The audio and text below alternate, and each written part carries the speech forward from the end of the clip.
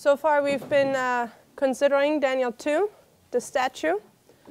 Especially there we zoomed into the feet now, where we saw that iron and clay is mingled. We saw that iron is that Rome continues, Western Rome continues, and that the clay is the Catholic Church. And there's a unique relationship between the two, and this is the one we've been considering lately, or in the last couple presentations. We said that in 395 AD, Rome was divided into west and east. And from that moment on, they go parallel in history. And the Eastern Empire is the Byzantine Empire. And till when does it last? I asked you yesterday, I'll ask you today again. Till 1453. What happens to the West? It dissolves into 10 kings, right? Or the 10 horns of Daniel 7, or the 10 toes in Daniel 2. And the 10 kings we see here. At the statue down here, we see the 10 different tribes. And we started reading of the book, Truth Triumphant, especially there the chapter 10 is describing the history. Previously, we've considered also how Rome was the center of Christianity, which puts its elbows out to be the supreme center of Christianity among Christians. We have Alexandria and Rome, which both go into apostasy, and they disfellowship Antioch, which was the true church, having the true faith. We talked yesterday about how Rome started to be the supreme Christian center by them using the method to spread their influence everywhere, by introducing false doctrines mingled with paganism, false ideas. We can read those in chapter 3 of the Great Controversy. Things like the false Sabbath or image worshipping, or other things like that, the way how sin is atoned for. Things like that were introduced into the Roman Church, which caused people to fear, to have a faith full of fear, and caused them to have respect for the Roman Catholic Church and follow it. So we see that the Roman Catholic Church is in apostasy, but it's gaining power, authority, and influence. And at the same time, we see how Western Rome is divided into 10 kings. And we started reading there on page 43 under the title, How the Church Was Driven into the Wilderness. There in the second paragraph, it says, from 250 to about 500, the Teutonic masses poured over the provinces of Western Europe and formed 10 new nations. And then the 10 nations are being listed. However, we know that how many horns do have to be plucked up for the papacy to be able to rule? 3, right? That's why we have this little line here. So we have the Heruli here, the Vandals, and the Ostrogoths. And yesterday, we read a little bit the story of how the Vandals were plucked up, and we ended with the Ostrogoths being plucked up. Somehow in this particular chapter of Truth Triumphant, you can only see the history of the Vandals and the Ostrogoths. I haven't spent much time yet to study about when the Heruli were plucked up, but once I Googled it quickly, it said that the Heruli lost their kingdom to the Lombards between 494 and 508. So they were one of the first ones to be plucked up. So we read yesterday, we are now on page 44, about Clovis. What did Clovis do? Clovis, to what tribe did he belong? The Franks, right? And the Franks started here out in northern France. And what did Clovis try to do? Clovis' intentions was to stop the invasion of those Teutonics from the east, sweeping over the Europe. And why does he connect with the papacy? It says on page 44, the first real paragraph, slash the second paragraph, observing the power and influence of the papacy, and anxious to avail himself of papal support, he professed conversion in 496, and his entire following united with him in adherence to Catholicism, 3,000 of whom were baptized along with himself soon after his conversion. As he expected, the Catholics rallied around him as the only Catholic prince in the West. So we considered a little bit the history of Clovis. So Clovis, he observes the power and influence the Catholic Church has everywhere in Europe. We talked a little bit about that yesterday. The command to the Christians was to spread the gospel of Jesus Christ everywhere in the world. And all of them actually obeyed that command. The gospel went everywhere. But with it also went everywhere the influence of those people who spread the gospel. And the Roman Church, which was an apostasy, its influence spread also everywhere. And Clovis sees that this influence he can use.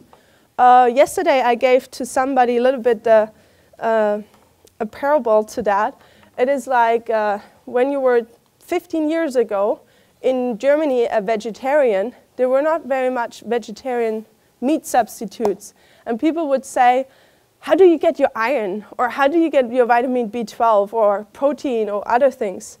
And it was very uncommon to be a vegetarian. But today, when you go in the store, you get a lot of vegan or vegetarian things. What has changed?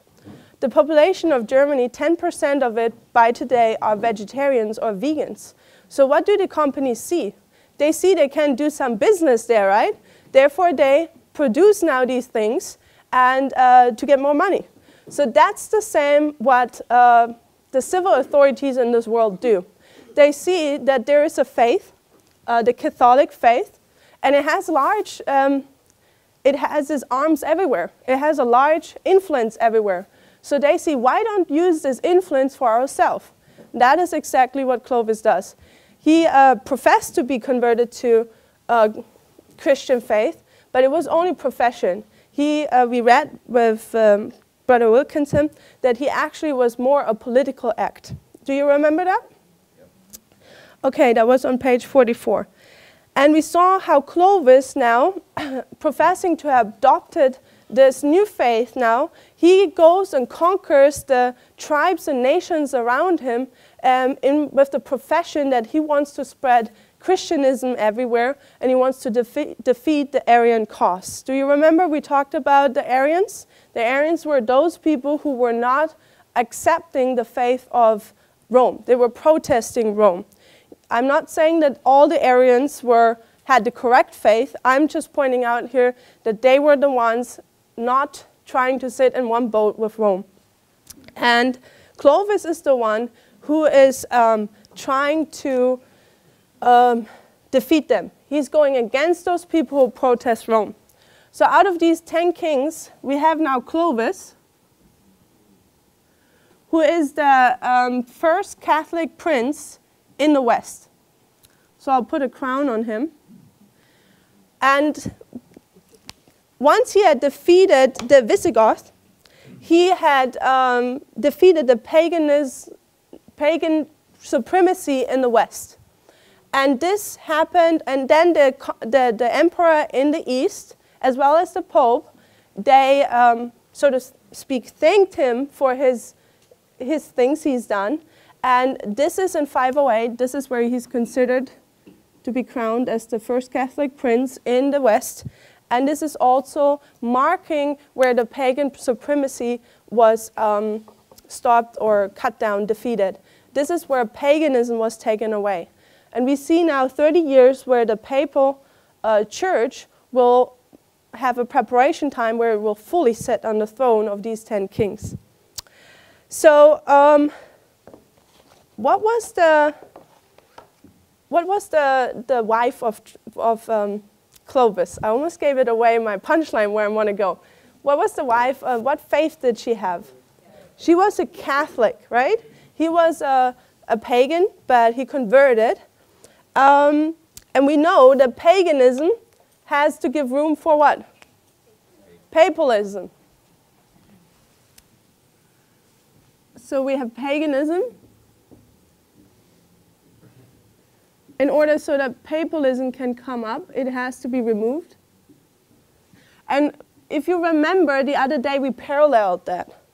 Remember, the punchline of this study is to show that Rome, I don't have the statue anymore, but Rome continues. There is iron in the feet. And we're looking how the crown of Rome is traced through history. Right now, it's with the Franks, with Clovis. And my punchline of this study, as we saw with the eagles on, what page was it? 52. You see the eagles. My punchline is that the crown of the Western Roman Empire is in the hands of the United States. And we see that the Pope, we reference the Time magazine quite often now, is striving again for the new Roman Empire, the global reach of Pope Francis.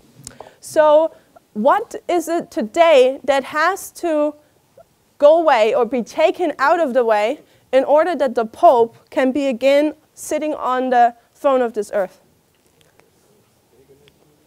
Okay, paganism has to go away again, okay, but we don't call it paganism today. How's the United States described in the Bible? Apostate Protestantism, okay, but the Bible uses what symbol to describe kingdoms? Animals, right? And the United States, how many animals describe the United States? 2, right? A lamb and a dragon. So which one has to be taken out of the way? The lamb. The lamb has to be taken out of the way in order for what? For the dragon to come up. And in Revelation 12, what does the dragon do? It persecutes, right? Did the papal supremacy persecute? It did, right? And we know the dragon would also persecute again. That's Revelation 13, where we see that he's going to make an image to the beast and persecute everyone who's not bowing down to that image. What is a lamb in the sanctuary service? It's a sacrifice, right? And we see also that paganism, when we study the daily, it's also being sacrificed, right? Question, paganism is being offered or sacrificed, so to speak, in order for papalism to come up. And Clovis is a main figure in this transition. And his wife is what? Catholic. Today we see that we're right in this transition of the United States from a lamb into a dragon. We have the study of the last president where we identify that Donald Trump is the last president. I'm suggesting that he's the last president in the switch of America being the lamb into this dragon. And what is his wife? She's a Catholic. Okay, let's continue. We saw how paganism was taken away. Then we saw on page 45 now, we saw now that Justinian made several decrees. The church forced into the wilderness. You see the head title there on page 45. We see that in 532, he made a decree and people were persecuted. So Justinian, he's the ruler in the east. And yesterday I raised the secret, so to speak. I don't know what it means, but it seems like that always the emperor of the east is supporting the west for the papal supremacy to come up. So Justinian, he's the emperor of the east, and he makes a decree that all the people who would not transfer to a Catholic faith would be persecuted. They had 3 months' time to do so. If they wouldn't, they would be killed or stripped of all their belongings. So this caused a big refugee wave. which is interesting because today, in our day and age, we also have a refugee problem in the world. However, Justinian, he wants to have one faith in his kingdom. And this one faith is the faith of the Pope or the Bishop of Rome. We see here, though, under the second paragraph of the church forced into the wilderness, that many refused or withstood that decree. And a big massacre comes after that. And in 532, let's read now. That's sort of where we stopped. By the decree, can you see that? By the decree, about in the middle. By the decree of 532, Justinian reduced all true and sincere believers to the direst condition. But by the decree of 533, he exalted the papacy to the highest earthly position possible. This exaltation, however, was in decree only until success in war put it into effect. What is happening here? First, the papacy is being exalted. Later on comes the executive part, when people didn't obey it. And when I read that, this really reminded me of what happened last year.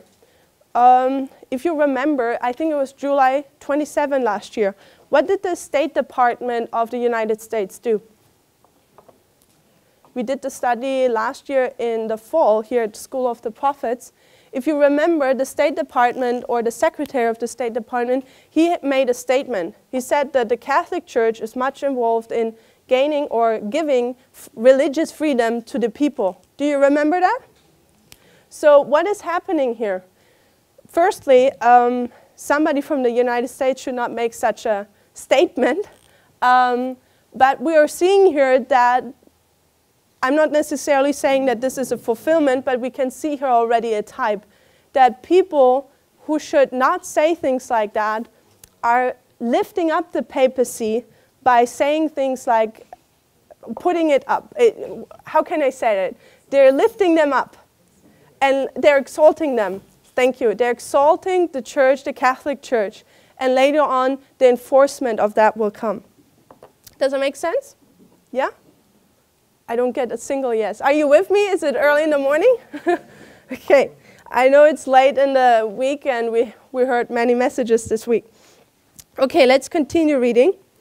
It therefore at first could apply only to his own territory. On the other hand, both decrees applied in Europe when in 538 the Ostrogoths in Italy were crushed and more power was given to the papacy. So by that time, the Vandals were already taken out of the way. They were crushed by Clovis, I think. And now the Ostrogoths are the last horn which need to be plucked up. And at that time, where were the Ostrogoths? They were sitting right here in Rome. So they were right at the neck of the bishop, the Bishop of Rome. On the other hand, both decrees, Justinian wrote to the Pope in 533, "We have made no delay in subjecting and uniting to your holiness all the priests of the whole earth." This sounds to me like a consecration of the entire earth to the Pope, right? In the same whole East, sorry, I'm sorry. For me, it was a long week too. Okay. We have made no delay in subjecting, uniting to your holiness all the priests of the whole East. In the same letter, he also said, "We cannot suffer that anything which relates to the state of the church, however manifest, unquestionable, should be moved without the knowledge of your holiness, who are the head of all the churches, all the holy churches." When the news came to the success of this general in crushing the Vandals in Africa in 534, Justinian was elated. Then a historian, Gibbon, says, impatient to abolish the temporal and spiritual tyranny of the Vandals, he proceeded without delay to the full establishment of the Catholic Church. An opening having presented itself to declare war on the Ostrogoths, Justinian dispatched his general Delisarius against them. After a series of victories, the general entered Rome with his army. For me, it's an interesting detail here that it says an opening having presented itself to declare war. When you trace down the history of Europe and the various nations who wear the crown of Western Rome, you will see that in order to bring across their cause, they're looking for opportunities where they can declare war with their enemy. And we see the Ostrogoths here, a pagan nation, which by the way were actually Christians, just on the wrong side. They were protesting the Bishop of Rome. They were looking for an opportunity to take them out of the way. We would see that over and over again in history. The Ostrogoths came with 150,000 strong, to lay siege against Justinian's army, but they were outgeneraled. They could make no headway against the city, while behind them the hostility of the people depressed them. The whole nation of the Ostrogoths had been assembled for the attack, says Thomas Hodkin, and was almost consumed in a siege. 1 year, 9 days after commencement of the siege, he further says, an army so lately strong and triumph burned their tents and recrossed the Milvian bridge. With heavy hearts the barbarians must have thought as they turned them northwards upon the many graves of gallant men which they were leaving on the fatal plain. Some of them must have suspected the melancholy, truth that they had dug one grave deeper and wider than all, the grave of the Gothic monarchy in Italy. Because of the events of this year, 538, the papacy had gained a temporal foothold. It could progressively claim independent sovereignty and so was more able to carry out its program to secure supreme rule. What does the papacy need in order to have a supreme rule? It needs independency. And I suggest that in the 20th century, this is what Sister Tess has been sharing, as well as how the papal state again got sovereignty, independence. The papacy today has that again. They already have the independence again. They already set the stage again to have the supreme rule again. Making the papal hierarchy supreme in Italy would ultimately create a dual sovereignty there and establish a precedent for the same methods among other nations. So what is the papacy doing here? There's one country, but is it united? Not really, right? Because in it, there is a king, but there is also papal supremacy in Italy. You have two powers ruling in Italy. One is the papal and one are other kings. And here it says, establish a precedent for the same methods among other nations. So what is the papal church actually trying to do? I suggest it's trying to bring civil war into other nations and then come and fix that civil war in order to gain even more influence. Because remember, go back to page 45, what does the papacy do? It's on the first head title, Subjugation of the Goths by Emperor Justinian.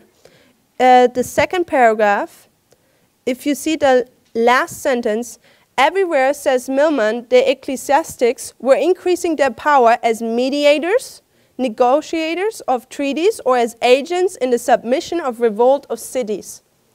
So they're sending everywhere mediators. But when do you have a mediator? What do you need for a mediator to be efficient? You need war, right? Or two parties having a different view, right? So we're seeing here, first you cause the problem, and then you solve the problem, and you are the hero. Okay, so this is what the papacy does. Let's go back, page 46. The historian Milman, commenting upon the destruction of the Ostrogoths' rights, the conquest of Italy by the Greeks was to a great extent at last the work of the Catholic clergy. Do we already know an incident like that? Maybe 1989? What happened there? Or in the previous years of 1989? Who caused the Soviet Union actually to come down? Who started that work? Wasn't it, what was he then, a priest or something? John Paul, when he was in the, where was it, Czech Republic or Poland? Poland, when he did his work, Wasn't that the Catholic clergy doing that work, bringing that wall down, sort of? The overthrow of the Gothic kingdom was to Italy an unmitigated evil. In their overthrow began the fatal policy of the Roman See, fatal at last to Italy, which never would permit a powerful native kingdom to unite Italy or a very large part of it under one dominion. Whatever it may have been to Christendom, the papacy has been the eternal, implacable foe of Italian independence and Italian unity. It makes little difference whether the self-appointed successor of Peter rules over 10 square miles or 10 million square miles. If he rules, he is verily a king as other sovereign. Today, he is the emperor of the Vatican Empire. He appoints his ambassador, coins his money, has his own postal service. Yet, why should he be made a king any more than the head of any Protestant church? Such a kingship requires a union of church and state. Such a kingdom was specially condemned by Jesus. So, what is the papacy actually trying to do? The papacy actually is a church. We saw that with Clay. But what is it trying to be? Be a state, right? Question. How is the church depicted in a Bible prophecy, and how is a man depicted in a Bible prophecy? A church is a woman, and a man is a state. So what is the papacy actually trying to be? Both. The papacy is a woman, but it tries to be a man as well. Don't we see that also today? When people are trying to be men and women at the same time? Can we see that in our world today? Well, the papacy is doing the same thing. Justinian declared the Pope to be the head of all the holy churches. Through the popes forgot that this title was given by fallible men, not by God. They've never forgotten to claim that power. Okay, let's go to the next two paragraphs further. The papacy. The papacy has always held that her tradition is of equal authority with the scriptures. Having eyes like eyes of men, the papacy cried out, "More power, more power." She immediately turned her wrath upon the refugees in Italy who had fled out of the east from the decree of Justinian in order to find security under the tolerant rule of the Ostrogoth king of Theodoric. Okay? These joined the Waldensians, who were convinced that the papacy was the little horn of Daniel and the man of sin of Paul's writing. The Church of Rome accepted the persecuting policy of Justinian, even as she had accepted the exalted title he bestowed upon her. The true church were given two wings of a great eagle, that she might fly from the great tribulation, such as was not since the beginning of the world to this time, nor shall be. The dark ages began. Implacable and unrelenting persecution was the resort of the church and state system. Wielding a power greater than ever existed by the Caesars, Romanism pursued the church further and further into a power greater than that ever exercised by the Caesars. Romanism pursued the church further and further into the wilderness. Excuse me, I read that twice. Nevertheless, affliction and trials caused the persecuted church to live on, shining brighter and brighter until at the hand of God's providence, her persecutor received a deadly wound. When was the deadly wound? 1798, when the 1260 years ended. Ophelius passed on. The church of the emperors, which he had ignored and whose teaching he refused to impart to the hordes of the north, later destroyed the sovereignty of those nations who professed his faith. They were conquered neither by New Testament teaching nor by missionary effort, but by the sword. Though independent rule was taken away from the Gothic people lived on. They were in subjection, but they evinced no great love for the mysterious oracles of faith taught by the lash of the whip. Deprived of material weapons, they become deprived of martial. Thank you. They became an easy prey to the rapidly advanced Franks. Nevertheless, one can follow the stirring movements among the descendants as they listened to the men mighty in the prophecies and faith of Jesus.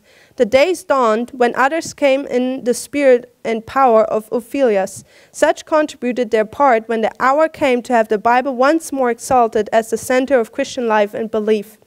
So this is the portion of the Truth Triumphant, not Church Triumphant. And now this is the next quote is Uriah Smith.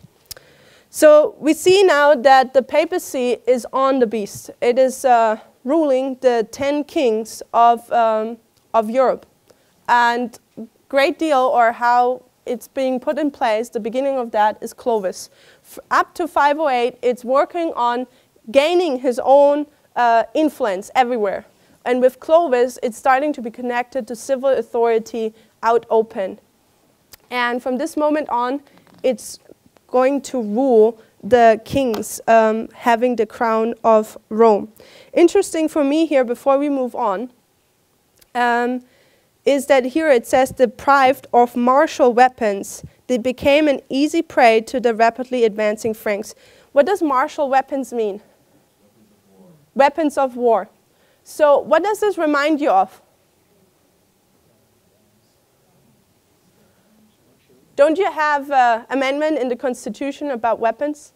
Wasn't there discussions already if those should be changed? If the people of the United States should not have weapons? Be like the people in Europe, not allowed to have weapons? I don't know how many of you know the history of Robert Blum. It is a history of a German revolution which took place in Germany after the French Revolution. And Robert Blum was the primary fighter for a democracy in Germany. And if you want to watch, we did it last year at School of the Prophets. It gives much input to November 9, because on November 9th, Robert Blum was executed for being this fighter for democracy, indicating that probably on November 9th, 2019, democracy will end. Or I must explain as well, if you look at the ideas of Robert Blum and the democracy back then, it represents true republicanism in America. So I would suggest that republicanism, the lamb, is dying at November 9th and the dragon is being raised. However, once this revolution failed, the civil war ended, you know what the punishment was to the people? All the weapons of the people were taken away in Germany. So it feels to me like, or it seems to me like, something will happen about these weapons in the United States after the Civil War is over. And we see even here that the people were deprived from their martial weapons and became an easy prey to the rapidly advancing Franks. As I said, I'm not nearly done with the study. You can probably see how big it is, and time is running. I said from the beginning, I only share what I've done so far. Okay, just to give you an example on the influence of the papacy, which had it from 538 onwards now. This influence over the kings of the earth. Let me see where it is. It is on page 42. And you're probably all familiar with the story. So the Pope is now the head, so to speak, and it's ruling together with the kings. But I'm thinking maybe we should do something else beforehand. Maybe we do something else beforehand, I'm sorry. Let's go back and let's read one more thing about Clovis on page 52. Page 52, the last two paragraphs, we see Clovis. So we talked already enough about Clovis and how he helped the papacy to come up. However, let's read the first sentence. Clovis, from 466 to 511, was the first king of the Franks to unite all the Frankish tribes under one ruler, changing the form of leadership from a group of royal chieftains to rule by a single king, ensuring that the kingship was passed down to the heirs. What is Clovis doing? He's becoming a dictator. So this is the territory of the Franks, but the Franks, they had several tribes. It was not just one tribe. It is basically like the United States. You have one country, yet those various states. And what does he do? Clovis was the first king of the Franks to unite all of the Frankish tribes under one ruler. So what is he doing? He is creating unity among the own country under one head, under the Clovis crown. So I'm suggesting he's ending civil war and he's becoming a dictator. And we see that over and over in history again, and in the remaining time we will go through some kings and show that. And I suggest that the same will happen to the United States. We see the country is divided, but it will have to be united again. And when it's united, it will be united under a dictator. And let's read on. Clovis is also significant due to his conversion to Catholicism in 496, largely at the behest of his wife, Clotilde, who would later be venerated as a saint for this act, celebrated today in both the Roman Catholic Church and Eastern Orthodox Church. Clovis was baptized on Christmas Day in 508. The adoption by Clovis of Catholicism, as opposed to Arianism of the most other Germanic tribes, led to widespread conversion among the Frankish people, to religious unification across what is now modern-day France, Belgium, and Germany, and 3 centuries later to Charlemagne's alliance with the Bishop of Rome, and the middle of the 10th century under Otto I the Great, to the consequent birth of the Holy Roman Empire. So we're going to consider both. We considered Clovis now, and we're going to consider next Charlemagne, or his name is also Charles the Great, and Otto the Great. Those are the 2 next kings we will consider. However, so Clovis is uniting his own country. He's establishing the Frankish kingdom. Now the crown will be passed on, and Charles the Great, he's the next Frankish king. I think he's 3 generations after Clovis. And he is establishing his kingdom among Europeans, and he's paving the way for the Holy Roman Empire. If you turn 1 page back, 51, page 51, you see the 3 kingdoms and the 4th. Can you see it? The first one is the Holy Roman Empire of German nations. And we already considered the eagle, right? 2-headed. What does it signify that the eagle is 2-headed? Dominion over the east and the west of what? The Roman Empire, right? Rome continues. So here we see now the Holy Roman Empire of German nations. This is the first empire after Rome was divided into 10 kingdoms, and this kingdom lasted almost 1,000 years. Let's read now about Charles the Great. Charles the Great is either called Charles the Great or Charlemagne. And the funny thing is, the French and the Germans, they fight over if Charles the Great is now French or German. Let me see, Paris. But I say it's both, because Charles the Great, his empire was actually all the way from Spain till all the way till the east here and down to Rome. That's how big his empire was. But his capital was in Germany. Okay, let's read. Charles the Great. Charlemagne, or Charles the Great, number Charles I, was the king of the Franks from 1789, king of the Lombards. The Lombards are ruling in the northern Italy from 7074.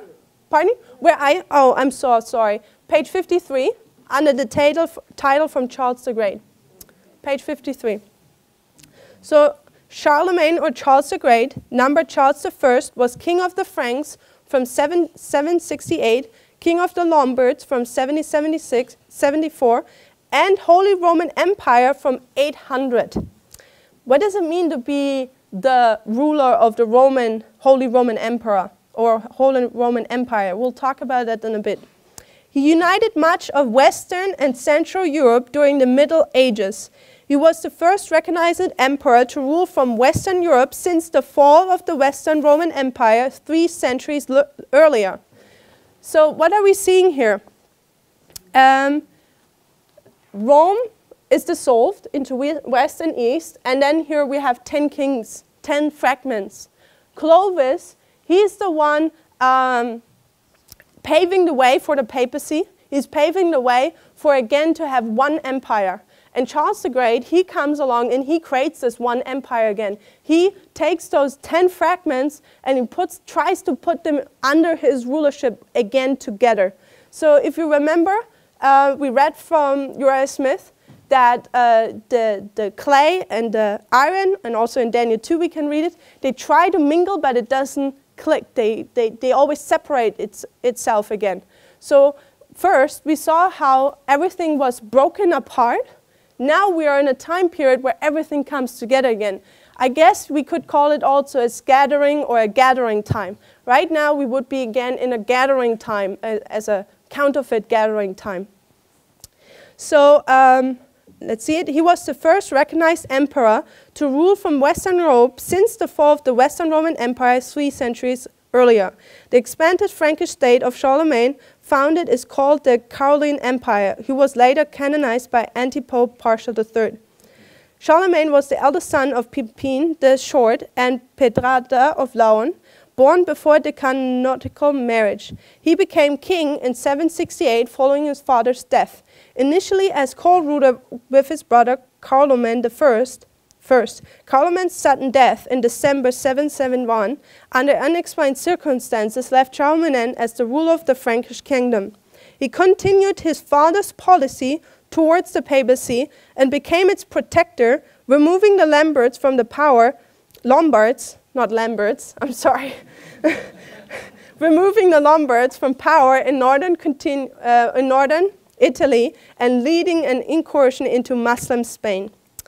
He campaigned against the Saxons in the east, Christianizing them upon penalty of death and leading to events such as the massacre of Verdun.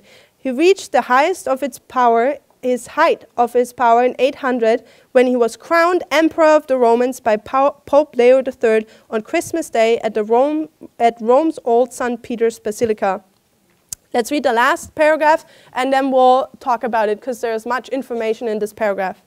Charlemagne has been called the father of Europe, as he united most of Western Europe for the first time since the classical era of the Roman Empire and united parts of Europe that had never been under Frankish rule. His rule supremed the Caroline Renaissance, a period of energetic cultural, intellectual activity within the West Church. All Holy Roman emperors considered their kingdoms to be descendants of Charlemagne's empire, as did the French and German monarchies. Okay, what did Charles the Great do? It's kind of hard to summarize hours of material and information and details into a few minutes at a camp meeting.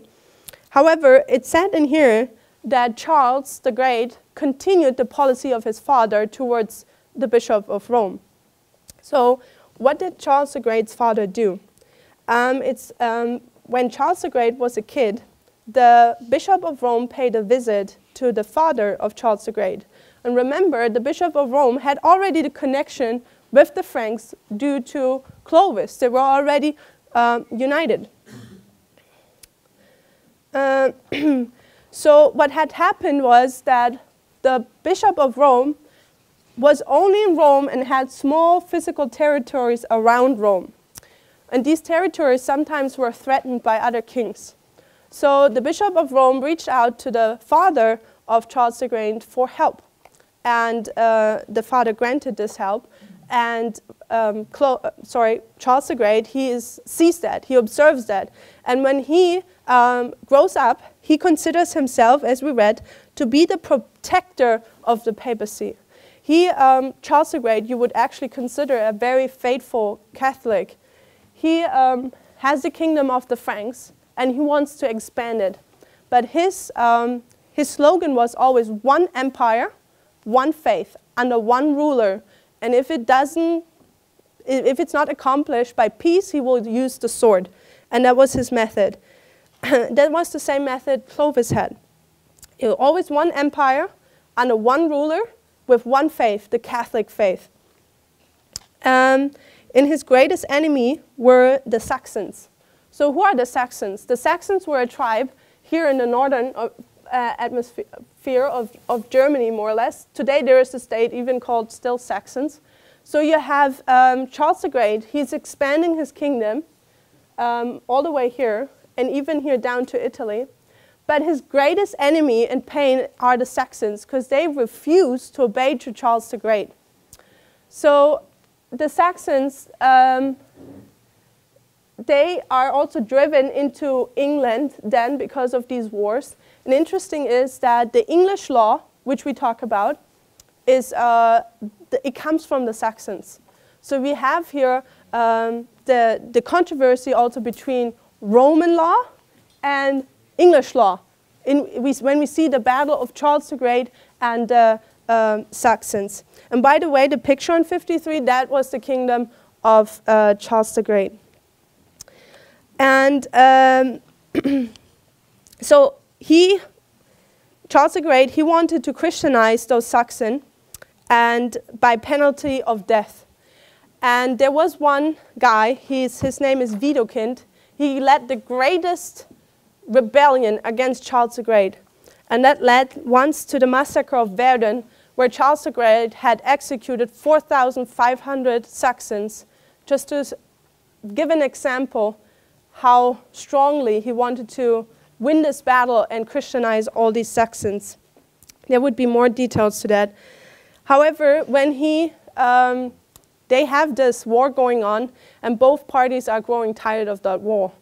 And finally, Widukind, he subdues, and he's baptized into the Catholic faith, not because he professes it, but because he wants to save his own people and his own culture. So he gives in. We see here how the Frankish power is so powerful, it absorbs everyone and everything. However, after he has conquered the Saxons, he reaches his height of his power in 800. In 800, we have now the birth of the Roman Holy Empire, where Clovis paved the way.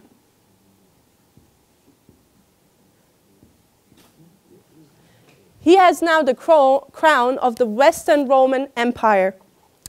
And interesting is, he's crowned at the cathedral in Rome. And when he is crowned, when you read about it, is that he acknowledges the Pope as his spiritual leader and king on this earth. But in return, the Pope said that the king would be his, his earthly king and protector. So I think this statement, this scene is perfectly describing what is happening between the kings of this earth and this papacy, the papacy. The kings of the earth, in this case, it's Charles the Great, is recognizing the Pope as their spiritual leader, while the papacy is recognizing the king as their earthly protector and king. So they're both equal. They both bring something to the table. And they both need each other. Yet, though, we will see also how they hate each other. Can you see that? Can you see that relationship? This is the kind of relationship we will see today.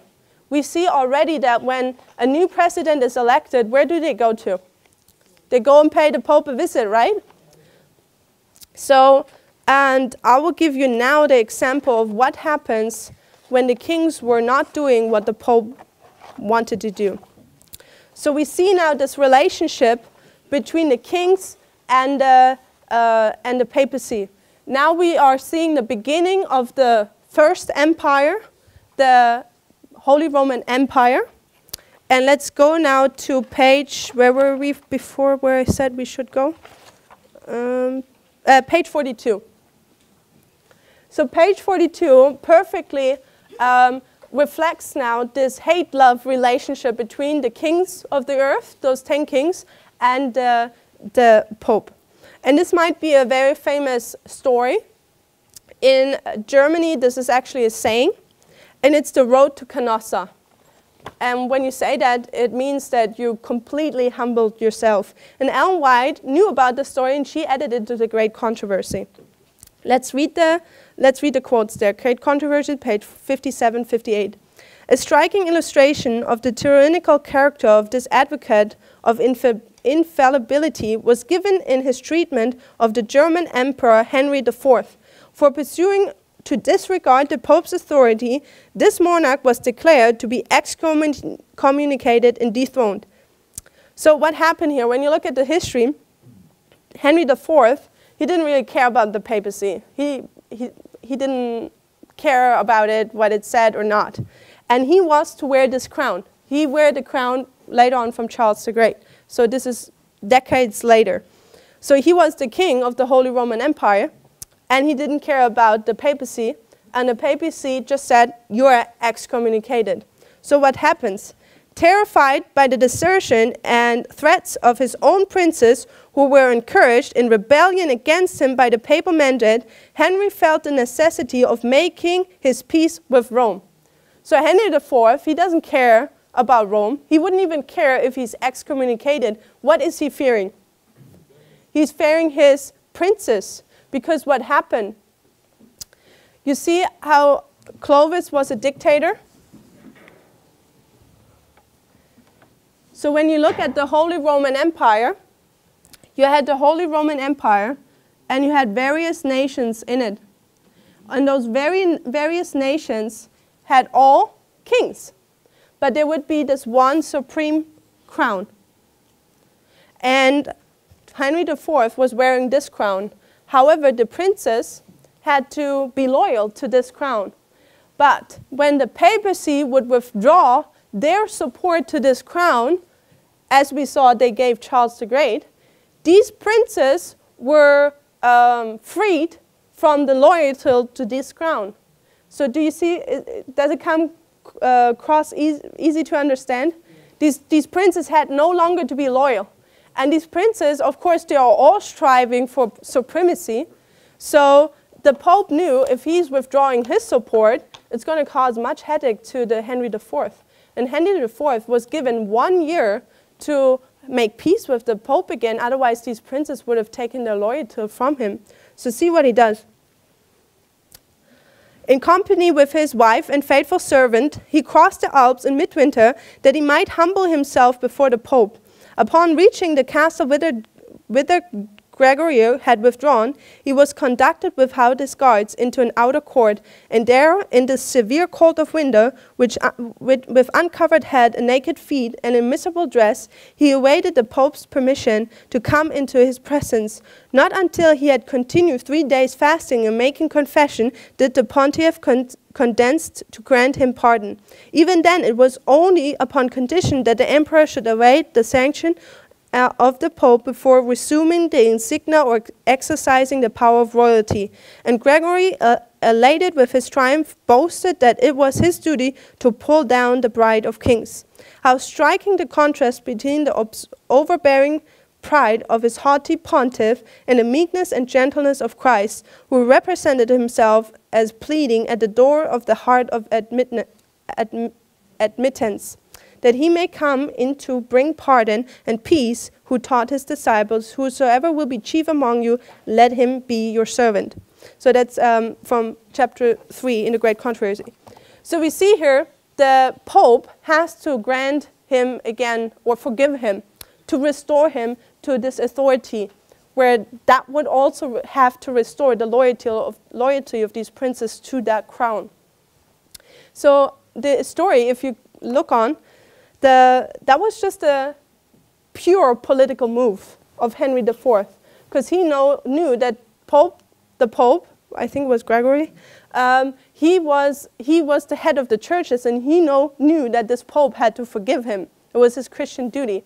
So he did what he did with the Road of Canossa, but again, it was just a political move. And the funny thing is that right after this incident, when the power was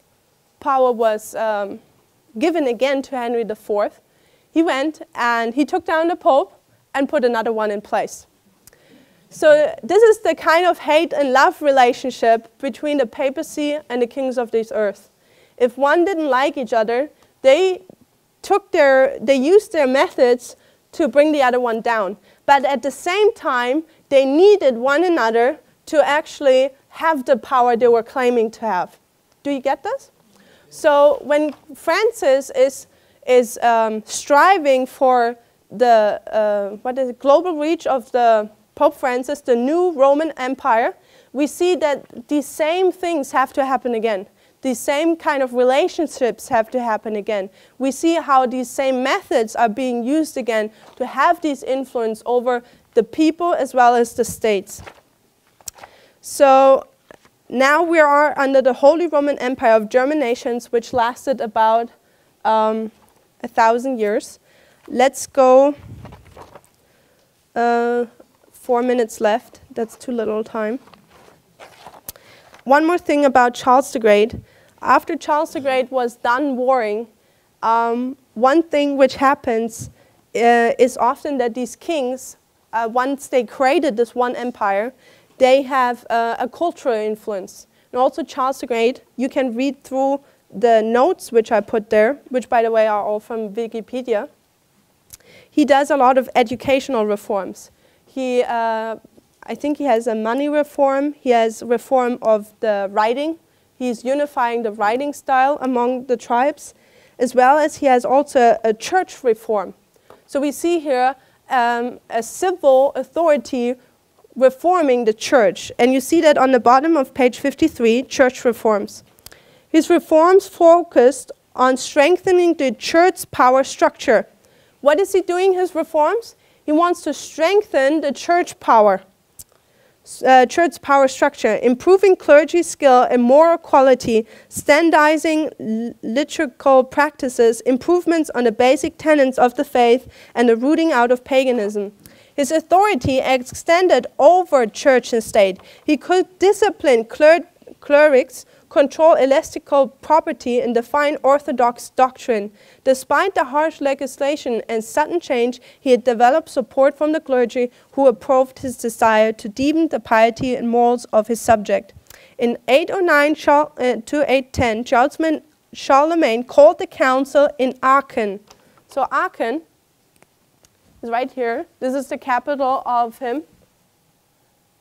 He was the first king to actually have a capital. Beforehand, these tribes, they were always moving. The kings of these tribes, they were moving around in the country. Charles the Great was one of the first ones to actually fix a place in his kingdom, and Aachen was right in the center of his kingdom, to have a fixed place where he would rule from. So he's calling out now a church council. As a statement, he's defining now faith, because what is he doing? Called the Church Council in Aachen, which confirmed the unanimous belief in the West that the Holy Spirit proceeds from the Father and the Son, and sanctioned inclusions in this Nicene Creed of the phrase Philoke and the Son. So I find it interesting, and time is running out, we can't really speak much about it anymore. But we see here that he is involving himself in church issues. He's also creating a Sunday law in his time period. He's saying that nobody is allowed to work at Sunday. Everyone is to rest. That is what the church reforms he did. And we see here he's even involved in the Godhead issue, in the Trinity issue. He's defining what the Holy Spirit is. Okay, so I would strongly encourage you to continue with the study. We've recorded much of it last year at School of the Prophets, as well as at the recent School of the Prophets program in Portugal. We went through detail of these histories. You can check these out. In my last words, I tried to summarize the last things. The next emperor now would be Otto the Great. And Otto the Great, you see on page 54, there's a crown. And this is actually the crown, this picture, the crown of the Holy Roman Empire. And now it's in the museum in Vienna. You can still see the crown. This is the crown of the Western Roman Empire, which was given from one king to the next king. And the last king of this Roman Empire was Francis II, which you see on page 55. He is the last Holy Roman Empire which ruled this time in Vienna. So what happened was, when we look and consider Daniel 2, where we see always a mingling and then a coming apart again, this is the same what we're seeing in Europe. We see people, kings like Charles the Great, he's creating one big empire, and he's creating it under the Catholic faith. Once he is at his height, he's reaching out to Rome. But once this king is gone, his kingdom will be broken up again into various pieces, till the next king starts and rises and creates again one big empire. For example, after Charles the Great, his kingdom crumbled into various different kingdoms, and then you have Otto the Great, which is now a Saxon, which is interesting because the Saxons were the worst enemies of the Franks. He is rising now, and he's creating one empire in Europe. And he's also creating an empire under one faith, the Catholic faith. But also his kingdom crumbled slowly and slowly, till the next person comes up. And this is for about 1,000 years, till Francis I basically is the last kingdom. What weakened the kingdom of the Holy Roman Empire? What weakened again the empire of Rome? It was the Reformation. Because the Reformation, this divorced the kings with the papacy. It divorced that relationship and taught again the church and state should not be united. It weakened it so much that till it came to the point of Napoleon, who actually signed the divorce paper, and the deadly wound was inflicted. The papacy had not the civil authority anymore. And by the time period of Napoleon, we have the crown in a country which is now called Austria. But Napoleon, who is he fighting? Who was the first person, the first nation Napoleon was conquering? It was Austria. And then he goes to Rome. So what does Napoleon do? He first conquers the civil power of the Roman Empire, and then also the spiritual power, the Pope.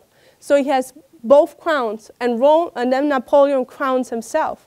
And with Napoleon, the empire continues. That is, for me, a legitimate reason to say why Napoleon and the story of Napoleon typifies the United States, because he's wearing that crown of Western Rome. But Napoleon, what happens to him? He's also defeated, right?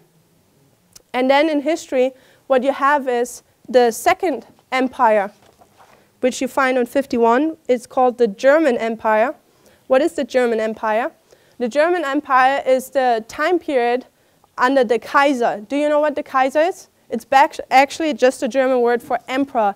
This is the time period of Bismarck and Kaiser Wilhelm I and II, leading up to the First World War. They are wearing now the crown of Western Roman Empire, which I suggest gives us license that the First World War typifies what is happening with the United States today. But also this empire crumbles because what? Germany lost the First World War. Why? Because the Americans came. I'm teasing. So, but now we have Hitler. And what is Hitler's kingdom called? The Third Reich. So Reich is actually just a German word for kingdom. But I know in the English language, it's specifically for Hitler's kingdom, the Third Reich. So it has a little bit of a negative touch to the word Reich, which technically just means kingdom. So why is it called the Third Reich? When we have the third angel's message, what do we say? We can't have a third without a second and a first. So my question was, when Hitler has the third kingdom, there must have been a second and a first. And I listed them up to you here. That's why they're numbered 1, 2, 3. I suggest to you that Hitler looked back in history and he understood history. He understood what was happening to Rome, how it was divided, how those crown was given to these kings and succeeded in history. And what did Hitler want to do? He just wanted to do the same as Charles the Great. You know that in Europe, Charles the Great is praised as this awesome person. He killed 4,500 people just because they were believing in their own faith and not in Christianity. Hitler didn't do anything else. He did the same as these people which we are praising today, but Hitler somehow is the bad guy. He's just as bad as Charles the Great and all the others who rose up to make their country great again, create one empire. And always at the height of their dominion, what do? They reach out to Rome. We constantly see that in history. What did Hitler do? Was Hitler a true Catholic? No, he was not interested in religion at all. But why does he have this connection to the Pope? Because Hitler understood history, and he knew he had to connect to the Pope again. But what was Hitler's dream? Hitler wanted to create one nation, didn't he? Under German dominion, right? And how long should it last? 1,000 years, right? But he failed, right? Again, because of the Americans. But I suggest that the crown is now with the Americans, which puts also a big burden on the American nation, because we should learn from history. But America is going to repeat that history. What is America at the moment saying? Make America great again. This is exactly the same what Hitler did previous to the Second World War. This is again what Kaiser Wilhelm I did previous to the First World War. This is again the same what Clovis did, Charles the Great did, Otto did, all these people. History is just repeating itself. And just as they are at the height of its power, what do? They reach out to Rome. And this is exactly this time period again, which we are about to face. And we've considered, time is up, I'm already over time, but we've considered a little bit how this will work, how this relationship will come together, how does Rome work. I hope it was comprehensive for you, and that we understand now what it means when Pope Francis is striving for the global, has a global reach, that he wants to create a new Roman Empire. What does that mean? He's just wanting to create again that relationship we had in the past. But today, the crown is on America. In the year 1989, we saw already how these two come together. And we'll see coming them together again. And one last point, Hitler wanted a 1,000-year German dominion. What do Protestants want? 1,000 years of peace. What is Trump? Trump is a Protestant, right? And he's supported by a lot of the Protestants. They want 1,000 years of peace. And remember, we talked about the world peace? Remember what we said this world peace meant? Clovis wanted to stop the invasion of the Teutonics. Well, this means that we have a dictator. World peace means to have a dictator under the dominion of one ruler and the Pope. So we should be careful what we wish for in that sense. Anyway, my time is up. I hope you enjoyed the study. I hope everyone will research a little bit more. There's enough material out there already recorded in English where you can listen more to these stories and see the parallels of these kingdoms. Let's pray.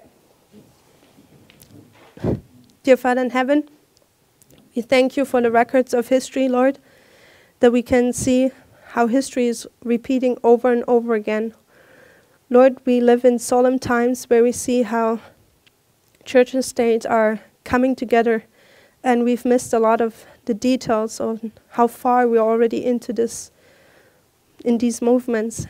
Lord, the only safety is that we might be ready for all of this and that we are hidden in Christ so we may be able to stand. Lord, we ask you, as this camp meeting comes slowly to its close, that we make use of the time we have here among fellow brethren, and that we go home and be blessed by this camp meeting, but that we not forget the things we learned here, but that we continue and with more effort study and prepare ourselves.